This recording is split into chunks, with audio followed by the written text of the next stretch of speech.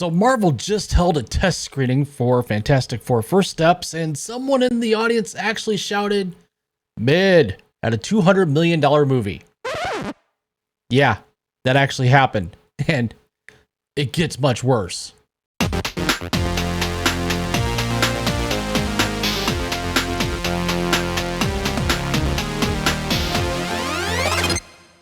Well. What do we have here? Another Marvel test screening. Another round of, oh no, we might have a problem, whispers echoing through the halls of Disney. Ladies and gentlemen, welcome to another episode of How Marvel Continues to Step on Rakes in Their Own Backyard. I'm your humble host, Chris, the Critical Nerd. And before I dive into today's disaster, and oh boy, it's a doozy, I just want to thank each and every one of our 29,000 plus subscribers who keep coming back for more of this madness. You beautiful masochistic souls who can't look away from Hollywood's train wrecks. And if you're new here, stick around. I've got plenty more entertainment industry shenanigans to cover. So if you like what you see, smash that subscribe button and help me march toward 30,000 subscribers. Yeah, I can't believe it, 30,000 subs. I'm so close, I can just taste it. And it tastes like disappointment and broken dreams, which is perfect.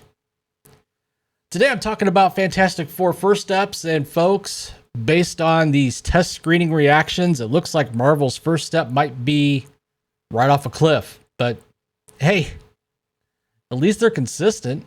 Gotta give them that. So here's what happened.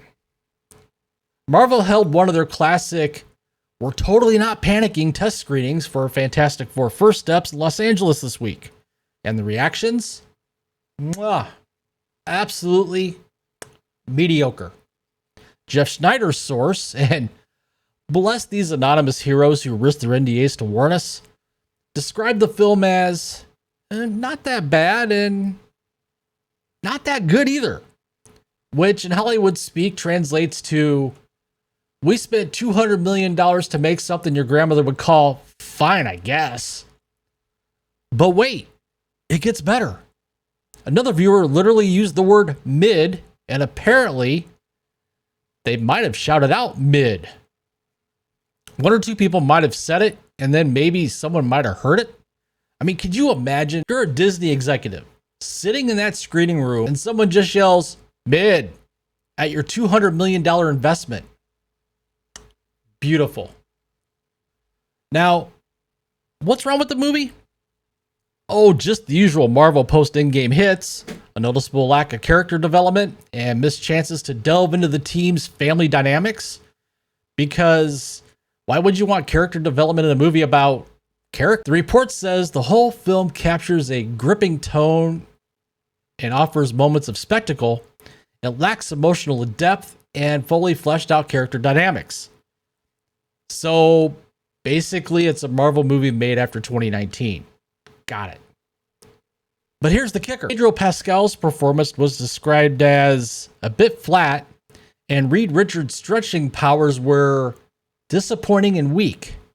The Thing was emotionally lacking, while Sue Storm and Johnny Storm are the best of the four. So, let me get this straight. In a movie called The Fantastic Four, only two of the four are actually, good? That's like ordering a pizza and only two slices are edible. Technically still pizza, but oh, and the cherry on top of this? Yeah, the CGI looks like it was rendered on a PS3.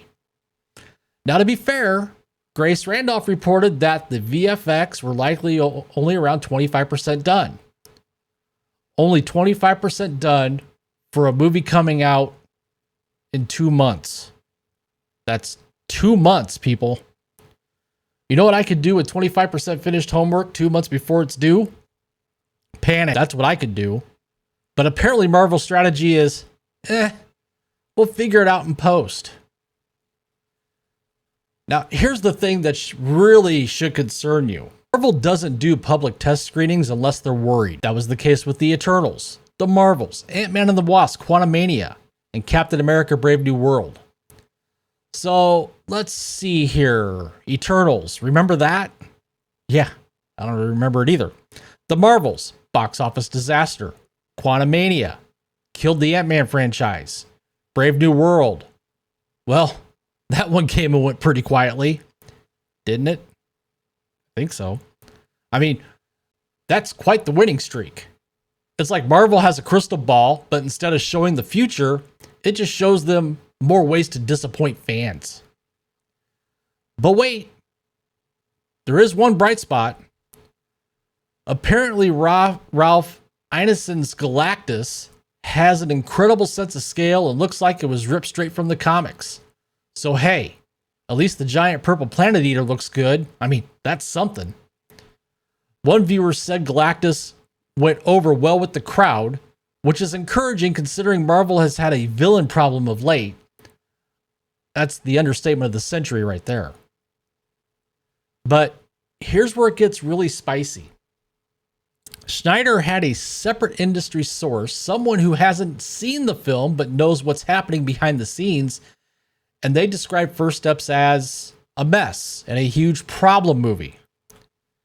I mean, when industry insiders who haven't seen your movie are calling it a mess, that's like a restaurant critic walking past your kitchen and deciding not to eat there based on the smell alone. Now, let's remember, this is the fourth attempt at a Fantastic Four movie. I'm not including the one back in like 1992 that was never released, but you can find it on the internet if you look hard enough.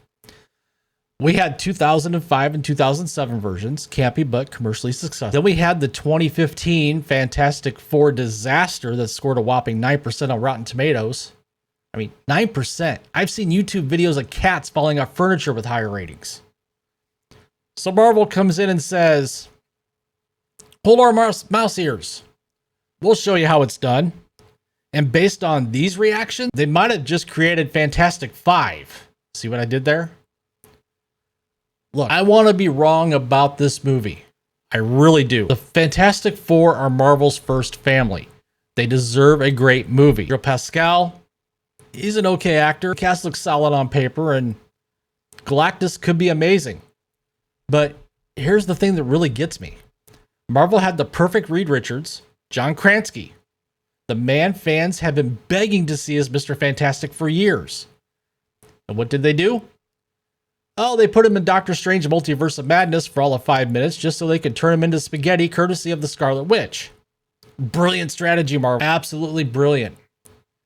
Hey, you know what? Here's what we're going to do. We're going to take the fan favorite casting choice and waste him on in a meaningless cameo. Pure genius. Oh, and let's not forget the other controversy brewing. They made the Silver Surfer a woman. Yeah. Julia Garner's playing the role, and oh boy, the fan reaction has been, well, let's just call it spirited. Because nothing says staying true to the source material like completely changing one of the most iconic cosmic characters in Marvel history.